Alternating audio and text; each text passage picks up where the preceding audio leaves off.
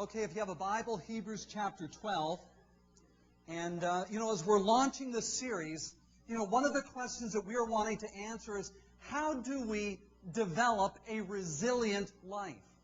And when I was looking up the word resilient, well, let me just throw it out to you, just for kind of one-word answers, that when you hear the word resilient, what word comes to your mind? And you can speak kind of in your outdoor voice. Strong. That's a cool word. Durable. Defiant, kind of in the best sense of the word. Elastic. Everlasting. So when I looked it up in Webster's dictionary, it says the ability to bounce back or to spring back into an original position after being stretched, bent, or compressed. To be buoyant.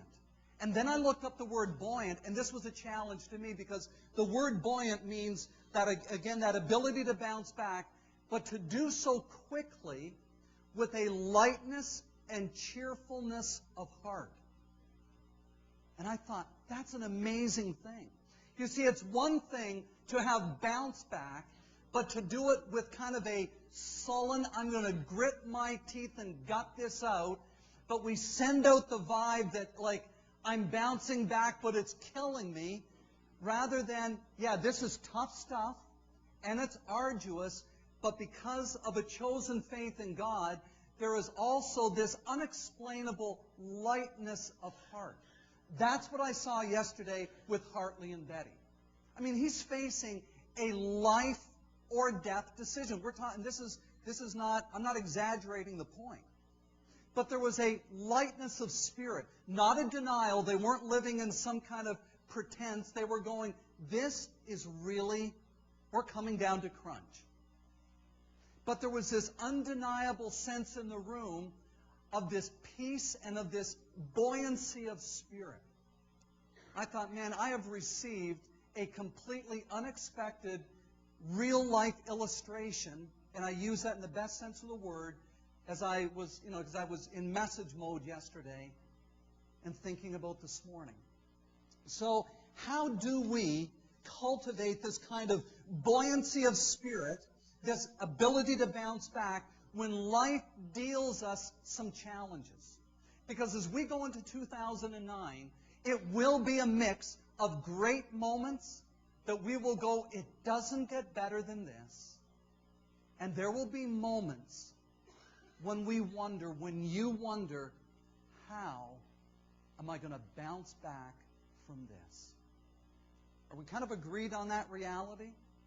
And again, it will play out with a uniqueness to every single one of us in the room. But the reality is, in Job, it says that as sparks fly upward, so troubles, man and women's troubles, it's inevitable as well.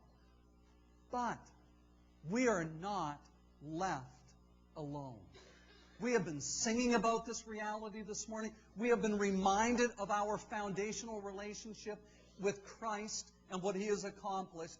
So how can we cultivate a bounce-back demeanor, a buoyancy of spirit that faces life as it is with rigorous honesty, with a lack of denial or pretense, but also with a spirit, an irrepressible spirit of holy, sacred optimism? Well, I believe that one of the foundations that the Scripture teaches is that we have to get clear in our minds and souls which audience we fundamentally are living for.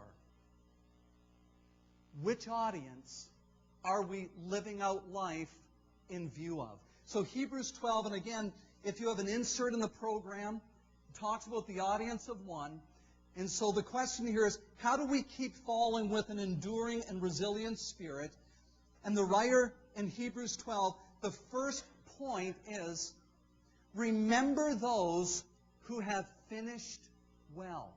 So Hebrews chapter 12, and I read, therefore, since we are surrounded by such a great cloud of witnesses, let us throw off everything that hinders and the sin that so easily entangles, and let us run with perseverance or endurance or resilience the race marked out for us. Historically, in the first century, what was happening is that a